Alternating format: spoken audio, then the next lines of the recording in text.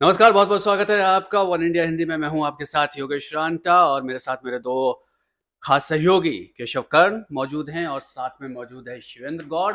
Actually आज हम बात करना चाह रहे हैं सुप्रीम कोर्ट के उस फैसले की जिसे लेकर कई सवाल भी उठ रहे हैं, कई तर्क दिए जा रहे हैं, अपनी-अपनी बातें जो हैं वो कही जा रही है। फैसला है जो सुप्रीम कोर्ट की संविधान पीठ ने दिया है कि एससी-एसटी का जो आरक्षण है, उसके अंदर आरक्षण यानी कोटे के अंदर कोटे का फैसला सुप्रीम कोर्ट की तरफ से आया और ये बहुत बड़ा फैसला है और बहुत बड़े वर्ग को खासकर जो अनुसूचित जाति और अनुसूचित जनजाति के लोग हैं उनके पूरे एक तरह से पूरे वर्ग को प्रभावित करने वाला फैसला है। इसी पर हम बातचीत करेंगे कि ये फैसला कितना फायदेमंद हो सकता है उन लोगों के लिए या फिर इसके कुछ नुकसान भी है और राजनीतिक तौर पर इसे कैसे देखा जा सकता है। सबसे पहले केशव आपसे मैं जानना चाहूंगा आपकी क्या राय है? ये फैसला जो सुप्रीम कोर्ट ने दिया है उसमें एक ध्यान देने वाली बात है कि यह फैसला सर्वसम्मति से नहीं आया है। 7 जजों की न्यायपीठ थी, उसमें 6-1 से यह फैसला आया है। जो बेला त्रिपाठी एक जज हैं, जो उन्होंने अपने फैसले में जो बात कही है वह बहुत ध्यान देने वाली बात है। नंबर 1 उन्होंने कहा कि 341 जो प्रेसिडेंशियल लिस्ट है, जो भारत के प्रधानमंत्री के अनुमोदन से बनती है, उसमें छेड़छाड़ का हक राज्यों को नहीं है। राष्ट्रपति के हवाले से यह लिस्ट बनती है 341 की, जिसमें अनुसूचित जातियों की सूची शामिल है।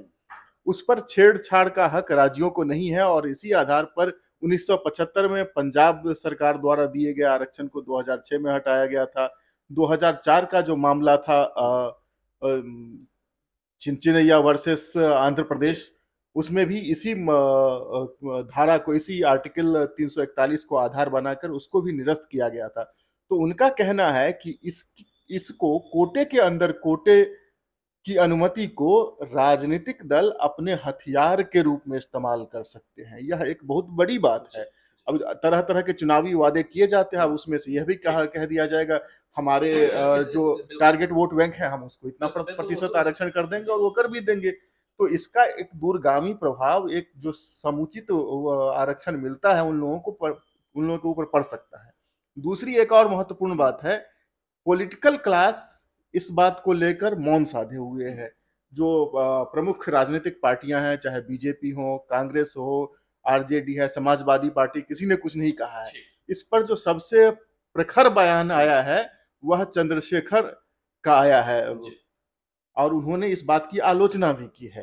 बिल्कुल, चंद्रशेखर ने कई बातें कही हैं और उन्होंने यहाँ तक कह दिया कि जो 7 जजेस वहाँ पर बैठे हुए थे, जो बेंच बैठी हुई थी, उसमें कितने एससी और एसटी जजेस शामिल थे और अगर ये सब कुछ चीज़ें लागू करनी है तो क्या ये शुरुआत सुप्रीम कोर्ट से ही नहीं होनी चाहिए? उसके अलावा शांभवी चौधरी जो हैं वो एलजेपी की सांसद हैं बिहार से, उन्होंने भी सवाल उठाए हैं इस चीज़ को लेकर, लेकिन इसके कुछ अलग पहलू भी है। उससे पहले शिवेंद्र आप क्या कहेंगे? देखिए, इस समय जो माहौल है, कोई भी इस तरह का फैसला आता है, चाहे सुप्रीम कोर्ट से आता है या सरकार करती है, इसका सबसे ज़्यादा प्रभाव पड़ता है देश में सरकार है। जब देश की सरकार सुप्रीम कोर्ट के फैसले को, जैसे राम मंदिर का फैसला आया, उसका श्रेय भी खुद लेती है और ये मानती है कि उसने मंदिर बनवाया, ऐसी धारणा पैदा कर पाती है। और जब भी ये फैसला आया था तो मैंने जो आम जन में देखा, देखिए सरकारें बनती बिगड़ती हैं आम जन के फैसलों से, उनके वोट से बनती हैं। ये जो टेक्निकल बात है ये अपनी जगह ठीक है, लेकिन लोग क्या सोचते हैं इस फैसले पर, उससे सरकार पे फर्क पड़ेगा। अगर लोग ये मान रहे हैं, जो मैंने लोगों से, आप गोरखपुर के स्टूडेंट से आज हम लोगों ने बात की और जगह बात की, उनका मानना है कि सरकार ये फैसला करवा रही है, मतलब उनका इसका प्रभाव, इसका मतलब सरकार पे पड़ेगा। और इसका दूसरा पहलू ये है कि जो आपने राजनीतिक बात की बात आई, उसमें आए कि काफी समय से कुछ दलों का ऐसा मानना था, कुछ लोगों का ऐसा मानना था, मेरा मानना नहीं है। कई इंटरव्यू के दौरान, कैबिनेट मंत्री थे उत्तर प्रदेश सरकार के, भाजपा के थे, दूसरे दलों के थे, उनका मानना यह था कि खाली एससी एसटी की बात नहीं है, वो ओबीसी में भी बात हो सकता है, आगे जाकर इस बारे में भी याचिका दायर करो, इस पर भी फैसला है। कि उनका मतलब ये था कि इस वर्ग में कुछ जातियां ऐसी हैं, वो काफी विकास हुआ है उनका, उसकी वजह है उनका राजनीतिक नेतृत्व मिलना उन्हें।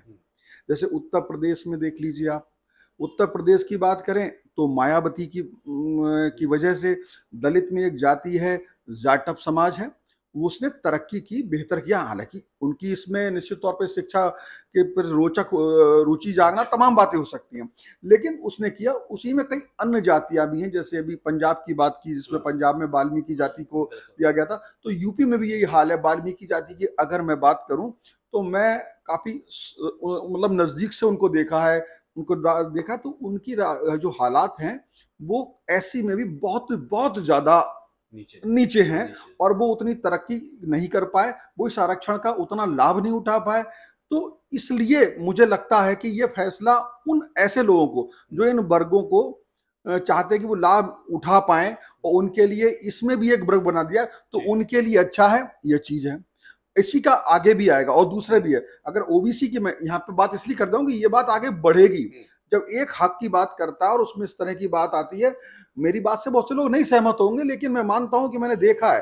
तो ऐसे ही उत्तर प्रदेश और बिहार की बात करें तो यहाँ पर जो ओबीसी वर्ग है उसमें यादव और कुर्मी लोगों ने मेहनत भी की है, ऐसा नहीं उन्हें सब कुछ फ्री मिल गया। वो शायद ज्यादा जागरूक रहे और वो लोग जो थे ओबीसी में बेहतर तरक्की कर पाए, बजाय जैसे कि उत्तर प्रदेश की अगर बात करूं, प्रजापति है और ये राठौर हैं और अन्य तमाम जातियां हैं जो आपको बहुत ज्यादा ओबीसी में इतनी पिछड़ी दिखाई देंगी कि एक बार तो मुलायम सिंह जो ये सपा के मुखिया थे, उन्होंने कहा था इन्हें एससी वर्ग में, मतलब इनके हालात उसी तरह से कमजोर हैं, और ये सच्चाई है।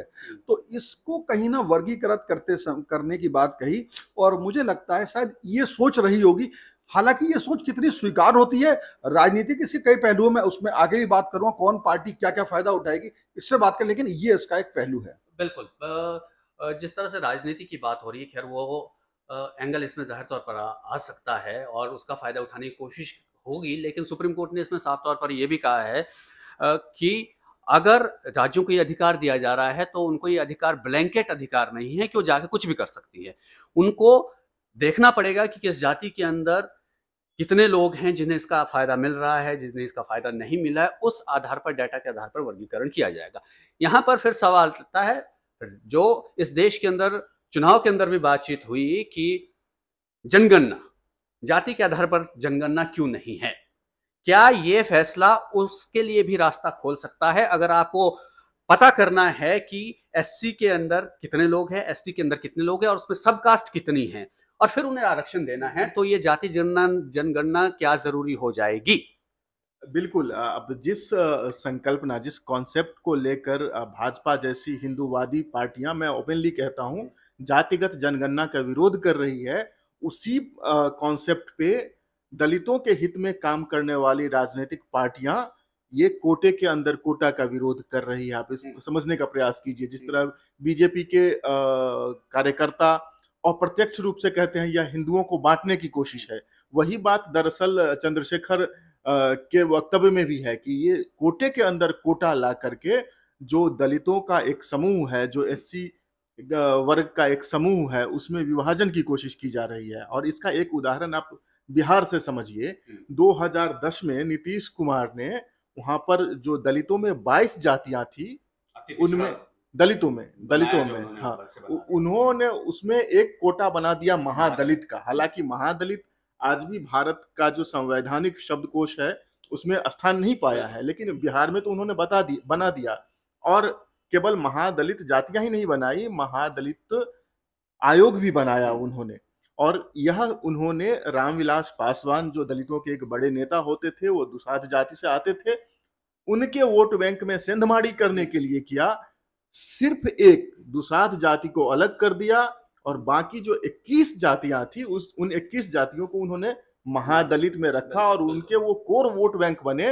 2010 में नीतीश कुमार की सरकार जो बिहार में रिपीट हुई थी, उनमें महादलित वोट बैंक का बहुत बड़ा हाथ था। बिल्कुल, ये बिहार की राजनीति नहीं है, बल्कि पूरे देश में इसके आसपास अब जो है वो राजनीति होने वाली है। वो पंजाब है या साउथ की स्टेट्स हैं, कर्नाटक में हम और समीकरण देखते हैं, नॉर्थ में हम और तरह के समीकरण देखते हैं, तमिलनाडु में और तरह के समीकरण हो सकते हैं, लेकिन राजनीति जाहिर तौर पर इसके चारों तरफ होने वाली है। शिवेंद्र, आप राजनीतिक माहौल के बारे में क्या? ये राजनीतिक माहौल में मैं ये हमेशा आपने देखा होगा, कई बार राजनीतिक लोगों ने ऐसे आरक्षण के ऐलान कर दिए तो संवैधानिक स्तर पर संभव नहीं थे। यहाँ सुप्रीम कोर्ट के इस ऐलान के बाद, इस आदेश के बाद उनमें से कुछ लोगों को एक जगह छेद करने का मौका आसानी से मिल गया। वो इसमें अपना राजनीतिक हित साध सकते हैं। जो आप कह रहे हो ब्लैंकेट रूप से नहीं, वो उसका तरीका निकाल लेंगे। जब वो उस तरह के ऐलान करके एक निश्चित वर्ग को अपनी तरफ वोट देने के लिए कर, वैसे अब बिहार में हुआ 75% आरक्षण, 65% आरक्षण। अब इसका कुछ लाभ हुआ हो ना हुआ हो पाए ना हो पाए, जो भविष्य की गर्त में है। संविधान में कहां तक खड़ा रह पाएगा, जैसे आपने बताया पंजाब में गिर गया जाके 2006 में, वो क्या, लेकिन वो वर्ग जब उन्हें वोट दे देगा तो वो सत्ता में आ जाएगा। देखिए उनका एक मकसद, मैं जो मान के देखता हूं, जो मैंने अभी तक देखा, सत्ता में कैसे आया जाएगा, उसके लिए उनके पास एक छोटी सी चाबी और मिल गई है। और वो ऐसे मिल गई है कि दलित, जो अभी तक आप क्या देखते हैं, दलित को मिलता था कि भाई हम इस वर्ग से हमें ये, हमारे लिए ये किया जाएगा तो हम सबके लिए होगा। लेकिन अगर हम किसी वर्ग के अंदर हितों का, देखिए आप कब एक होते हैं, आप जब एक होते हैं जब आपके हित एक होते हैं, कोई भी संगठन एक होता, जब हम हाथ में उसमें एक ऐसा पासा फेंक देंगे जिससे दोनों के हितों को लगेगा कि अगर हम इस बात पे खड़े हो जाते हैं और हमारा इतने % आरक्षण सिर्फ हमारे लिए हो जाता है, हमारी गिनती हो जाती है और हमें उसके हिसाब से आरक्षण मिल जाता है, तो हम वो ही आवाज उठाएंगे। और जो मौजूदा चंद्रशेखर जैसे नेता, मायावती जैसे नेता और दूसरे नेता, और दूसरी तरफ में वो जातियां जो दलित में पहले से मजबूत हो चुकी हैं। और मैं तो ये कहूंगा, एक जगह ऐसा भी कहा गया बातों बातों मजाक मजाक में, जब मैं बसपा के कभी नेताओं के साथ बहुत बात कर रहा था, तो बसपा में जो मायावती जिस जाति से आती है उसके अलावा पासवान, अन्य जातियां जिसमें तमाम भारतीय और तमाम दूसरी जातियां, तो बोले भाई हम ऐसी मजाक मचाक बोले, भाई ये तो हमारे दलितों के ब्राह्मण हो गए हैं, ये उन्होंने जाटव के लिए कहा। तो ये जब हम बीच में डालेंगे तो फूट डालना आसान हो जाएगी ना। तो उन्होंने इसका रास्ता उन्हें इससे मिल रहा है। अगर उन्होंने मान लीजिए पासवान के लिए, यूपी में पासी समाज बहुत अच्छी संख्या में है, और उसके हिसाब से उस पर कह दिया कि भाई हम इनका इतना आरक्षण कर देंगे, तो आपके दलितों के बीच में एक दरार आसानी से हो जाएगी, और इस दरार का फायदा जो जिसको हो पाएगा उसका एक हिस्सा आप ले सकते हो। ठीक, नहीं नहीं, इसका उदाहरण है, नीतीश कुमार ने एग्जैक्टली यही किया। बिल्कुल, दलितों के वोट बैंक को बांट दिया। एक समय में 2005 में रामविलास पासवान की करीब 12 सीटें आई थी, 12 विधायक उनके जीते थे। 2010 में जब चुनाव होता है तो वो 5 पे आ जाते हैं, क्योंकि उनका जो दलित वोट बैंक था महादलित के नाम पर नीतीश कुमार के साथ शिफ्ट हो गया, और रामविलास पासवान के पास सिर्फ बच गया दुसाधों का वोट। तो यह विभाजन तो होगा ही, लेकिन एक और जजेस की टिप्पणी को यहाँ पर हम लोग रिव्यू तो नहीं, लेकिन हम उस पर विचार कर सकते हैं। जो जस्टिस पंकज मित्तल ने जो बात कही है, उन्होंने कहा है कि आरक्षण एक गुब्बारे की तरह हो गया है। एक बार जिसको दे दिया जाता है, जिस वर्ग को दे दिया जाता है, अब राजनीतिक लाभ के लिए उनसे यह वापस नहीं लिया जाता है। धीरे धीरे यह गुब्बारे की तरह फूलता चला गया। यहाँ यहीं पे मैं ये कहना चाहूंगा कि ये फैसला इस तरीके से फायदेमंद हो सकता है, जो आप कह रहे हैं कि वो फायदा राजनीतिक तौर पर, जाहिर तौर पर लोग उठाएंगे। आरक्षण तो ईडब्ल्यूएस ने भी दिया, जबकि वो अगर कायदे से देखा जाए आरक्षण क्यों दिया गया, संविधान के अंदर क्यों दिया गया, पिछड़ेपन के आधार पर दिया गया, इकोनॉमिक्स बेसिस पे आरक्षण का किसी तरह का कोई प्रावधान नहीं। 341 से सम्मत है या नहीं, इस पर भी परिचर्चा हो रही है। तो इकोनॉमिक बेसिस पे आरक्षण नहीं प्रावधान है संविधान के अंदर, लेकिन वो 10% आरक्षण को दे दिया गया। आरक्षण दिया गया, आप संविधान पे लड़ेंगे, जीतेंगे, लंबे समय होगा, वो एक अलग बात है। उस आरक्षण को जिस पार्टी के समय में दिया गया, देखिए आप यहाँ फिर मैं समय बोल रहा हूँ, क्योंकि कई बार कोर्ट फैसला करता है, जिसकी सरकार होती है उस पर सिरे या उस पे उसका तोहमत, दोनों चीजें लग सकती है। खराब फैसला आया था तो उसमें जाकर के उसका लाभ उन्हें मिला। अब जो सवर्ण, यानी कि जो कहना, जिसे हम राजनीतिक भाषा में सवर्ण वर्ग कह देते हैं या क्या अगड़ी जातियां कह देते हैं, वो उस फैसले से संतुष्ट दिखाई दी और उसका लाभ राजनीतिक उन्हें मिला। और यहाँ पे मेरा मानना है, जब हमने अभी तक क्या था, हम कर रहे थे, और सुप्रीम कोर्ट के इस आदेश के बाद अगर इसका सुप्रीम कोर्ट में ही कोई दूसरा तरीके से इस पे रोक ले, वो एक अलग बात है। पर ये आदेश निश्चित तौर पे अब जो दलित या SC ST जो वर्ग है, उस वर्ग के बीच में निश्चित तौर में मानता हूं कि हितों की लड़ाई करवा देगा। ठीक, और हितों की लड़ाई करवाने से वोट बैंक बिखरेगा। और इसकी वजह, अब इसमें कई इस आरक्षण को दूसरे नजरिए से भी देखता हूं। आरक्षण बहुत से लोग आरक्षण खिलाफ होते हैं, मैं इसके पूरी मतलब खिलाफ उस तरीके से नहीं हूं। मेरा मानना ये है, जब मौका मिलता है, हमारे आपके बच्चों को भी मौका मिलता है ना, पैदा होते ही आरक्षण मिलता है ना एक। तो अब मैं आपको, मेरी बात अटपटी भी लग सकती है कि मैं अगर कहीं सही वर्ग पे बैठा हूँ, सही पद पे बैठा हुआ हूँ, तो मेरा बच्चा जिस दिन पैदा होता है उसे कुछ प्रकार के आरक्षण मिल जाते हैं, और जब मिलते हैं तो उसी हिसाब से वो तरक्की करता है। तो कई लोग ये भी मान सकते हैं उसने इसलिए तरक्की कर दी, होशियार था, बड़ा था। तो जब वो ये कहते हैं कि इसका, जैसे कि हम जिस एनवायरमेंट में रहते हैं, बड़ी ऐसी बात कह रहा हूं, अगर चारों तरफ का एनवायरमेंट कैसा है, हवा कैसी है, उसका हमारी व्यक्तित्व पे फर्क पड़ता है। तो ये भी संस्कृति होती है, तरक्की की, शिक्षा की, समझदारी की, विकास करने की एक संस्कृति होती है। जब वो हमारे इस वर्ग में पढ़ के पैदा होता है जो पहले से थोड़ा सेटल्ड है, तो उसे आरक्षण, वो सारी चीजों से मानसिकता में एक प्रकार का आरक्षण मिलता है। तो जब हम दलित पिछड़े वर्ग को आरक्षण देते हैं और उनका बच्चा, उनका बेटा हमारे बीच में दरोगा बनता है, एसपी बनता है, डॉक्टर बनता है, तो उसके बाद उन लोगों को उनके वर्ग में यह संदेश जाता है कि हमारा भाई डॉक्टर बन गया तो हम भी बन सकते हैं। यह संस्कृति उनके अंदर जागृत होती है, और इस संस्कृति को सिर्फ और सिर्फ, मैं फिर बताऊं, आर्थिक उत्थान के लिए नहीं लिया जा सकता। क्योंकि आज भी आप देखिए, हम आप खुद पत्रकार होते हुए बातें करते हैं कि चंद्रशेखर कौन है, दलित नेता, मायावती कौन है, दलित नेता। आप नेता नहीं बोल पा रहे भी समाज में, आप केवल उन्हें आर्थिक उत्थान तो दे रहे हैं, लेकिन उनको नेता, वो कितना ही बड़ा नेता हो जाए, वो जाति की जकड़ से बाहर नहीं निकाल पा रहे। पूर्व मुख्यमंत्री बिहार में अभी जो सांसद, क्या नाम है उनका, मांझी, आप क्या कहते हैं, दलित चेहरा, दलित नेता। अरे भाई, वो मुख्यमंत्री बन चुके, अब तो नेता मान लो, पिछड़े नेता, दलित नेता। तो ये जो साथ में चीजें लगी हुई हैं, साथ साथ इस मानसिकता को कोई आरक्षण दूर नहीं कर सकता, इसको समाज दूर करेगा जाहिर तौर पर।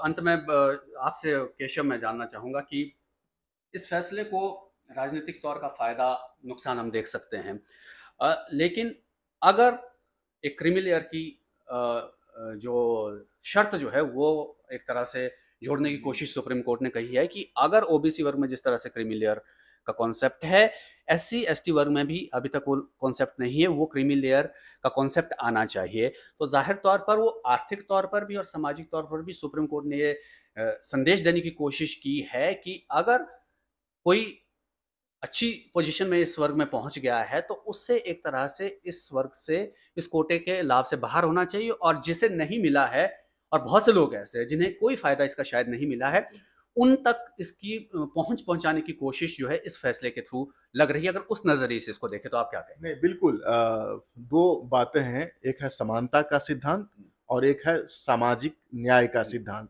अब जब आरक्षण के सामने आप समानता का सिद्धांत देखते हैं तो लगता है यह परस्पर विरोधी है, लेकिन यह परस्पर विरोधी नहीं, यह परस्पर पूरक है। समानता का अर्थ है अवसरों की समानता। आपके पास भी उतने ही अवसर होने चाहिए सफल होने के जितने की हमारे पास है। हमारा जहां स्टार्टिंग लाइन है और आपका जो स्टार्टिंग लाइन है, अगर उसमें डिफरेंस है तो आपके और हमारे फिनिशिंग लाइन में भी अंतर होना चाहिए। यह एक विवेकपूर्ण फैसला हो सकता है सामाजिक न्याय के हिसाब से अगर देखें तो। जैसा कि हमारे साथी शिवेंद्र जी कह रहे थे कि आरक्षण का लाभ प्रायः उन वर्गों को मिला है, बिहार में, यूपी में, एमपी में, लगभग सब जगह, जहां पर उन जातियों की, उन समुदायों के पास राजनीतिक नेतृत्व था। बिहार की बात करें तो ऑब्वियसली यादव लीडिंग सीट पे हैं, ड्राइविंग सीट पे हैं, Kurmi, Kushwaha, same in UP, OBC caste में, दलितों में भी। दलितों में अगर बिहार में देखें तो नाई समाज से आए थे कर्पूरी ठाकुर, बिहार के भूतपूर्व मुख्यमंत्री जिनको अब भारत रत्न मिला है। वह समुदाय कहाँ है आज समाज में? मुसहर समाज की सरकारी नौकरी में कितनी भागीदारी है? तो आवश्यक रूप से जिनको एक बार लाभ मिल चुका है या कई बार लाभ मिल चुका है, उनको थोड़ा संतुष्ट होना चाहिए। और जहां तक ये रोशनी नहीं पहुंची है समाज के आखिरी पायदान पर ये रोशनी पहुंचानी चाहिए। यह बहुत ही जरूरी है। लेकिन साथ में एक बात और है, एक डिस्क्लेमर मैं ऐड करता हूं। एक दलित वर्ग के किसी परिवार को एक बार आरक्षण का लाभ मिल गया, मैं यहाँ पर क्वांटिफाई कर रहा हूं एक बार, तो क्या इससे उसकी आर्थिक स्थिति, उसका सामाजिक सम्मान सब कुछ बदल जाएगा? क्या उसके साथ भेदभाव खत्म हो जाएगा? यह भी सोचने की जरूरत है। साथ ही सुप्रीम कोर्ट ने 2004 के अपने ही फैसले को अभी पलट दिया है। सुप्रीम कोर्ट में दरअसल जो फैसले होते हैं, जो न्याय होता है, वो कुछ नहीं, इंटरप्रिटेशन है। हो सकता है कि आगे जाकर के इसमें भी बदलाव हो। बिल्कुल वो समय के इसकी भी साथ भी वो चीजें बदल सकती है, क्योंकि ऐसा मुद्दा है जो जिस तरह से टेक्नोलॉजी बदलती है, उसी तरह जब सामाजिक परिवेश बदलते हैं, सामाजिक ताने बाने बदलते हैं, तो उस हिसाब से जो है वो सोचने का तरीका, फैसले देने का तरीका, या फिर जो वही बात है कि वर्ग कितना आगे चला गया, कितना पीछे, कौन कितना पीछे रह गया, तो उस हिसाब से उनको चीज़ों को बदला जा सकता है। एक लास्ट कमेंट आपका। लास्ट यही है कि जो अभी बात कही कि रोशनी सबके पास पहुंचनी चाहिए, इसमें मुझे लगता है कि ये फैसला राजनीतिक तौर पे, मैं दो बातें कह रहा हूँ, राजनीतिक तौर पे हितों के अलग होने से फूट डालने वाला हो सकता है, लेकिन इस बात के सच से हमने आपने सबने जमीनी स्तर पे भी देखा है कि अगर सवर्णों को ले लो तो सारी जातियां उसमें समान रूप से तरक्की पे नहीं है। तभी ईडब्ल्यूएस की बात का समर्थन जो है वो लोग करते हैं। और जातिगत आधार पे पिछड़ापन होता है, ये सच्चाई है। आप देखो, उसकी मैंने जो माहौल और एनवायरनमेंट की बात की, तो अभी भी ये दलित में भी है, ये पिछड़ों में भी है। कुछ जातियां ऐसी हैं जो महादलित शब्द भले ही ना आया हो, उसे राजनीतिक चाल कही गई हो नीतीश कुमार की, लेकिन सच्चाई यह है कि दलितों में एक महादलित है, पिछड़ों में एक महापिछड़ा है। और अगर उनके पास आरक्षण लेने की तरीके नहीं है, समझदारी नहीं है, तो क्या होता है, वो एक विशेष जाति जिसके पास राजनीतिक नेतृत्व था, जो आगे बढ़ गई, उस तक केंद्रित हो जाएगा। और वो राजनीतिक जो आरक्षण का उद्देश्य है कि जो 20% लोग मुख्य धारा में आते हैं सामान्य वर्ग के, और 80% लोग जो हैं अगर वो मुख्य धारा से नहीं जुड़े, उसको जोड़ने के लिए आरक्षण है ना। और अगर पिछड़ों में भी और दलितों में भी कुछ सेंट्रिक हो गया, कुछ लोगों तक पहुंचा, तो फिर निश्चित तौर पे स्थिति वही हो जाएगी कि वो लोगों तक रोशनी नहीं पहुंचेगी। तो अगर इसको लागू किया जाता है और जातिगत जनगणना होती है और सही से उस तरह का मिलता है, तो मेरा मानना है जो जातिगत जनगणना के समर्थक हैं वो इस फैसले को विरोध नहीं कर पाएंगे, उन्हें करना चाहिए। बिल्कुल अब यही देखना होगा कि इस फैसले के बाद जातिगत जनगणना के लिए क्या दरवाजा खुलता है या नहीं खुलता है। और दूसरी बात यह कि अगर राजनीतिक दल इसका फायदा उठाना चाहते हैं, तो वही राजनीतिक दल इसके लिए जिम्मेदार भी हो सकते हैं कि अगर जो हमने बात की कि उस वर्ग से बढ़कर उन्हें राजनीतिक शक्ति तो मिल गई, लेकिन अपने उसी वर्ग के साथियों के लिए, बाकी साथियों के लिए उन्होंने काम नहीं किया है।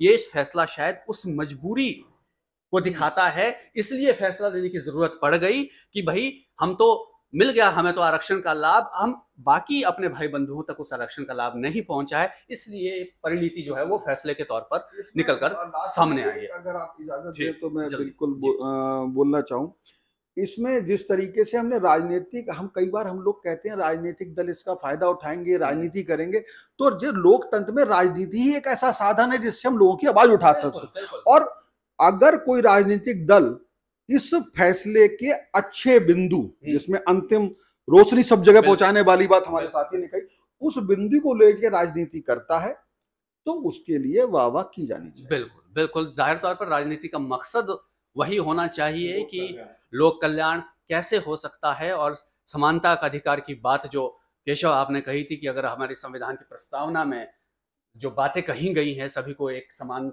अधिकार या एक समान मौके मिलने चाहिए, तो उस तरफ अगर चीजें बढ़ती हैं तो जाहिर तौर पर वो बेहतर समाज और हमारी राजनीतिक समझ, हमारे देश के लोकतांत्रिक परंपराओं को और लोकतंत्र को मजबूत करने के लिए वो बड़ा काम जो है वो हो सकता है। खैर शिवेंद्र, आपका बहुत बहुत शुक्रिया।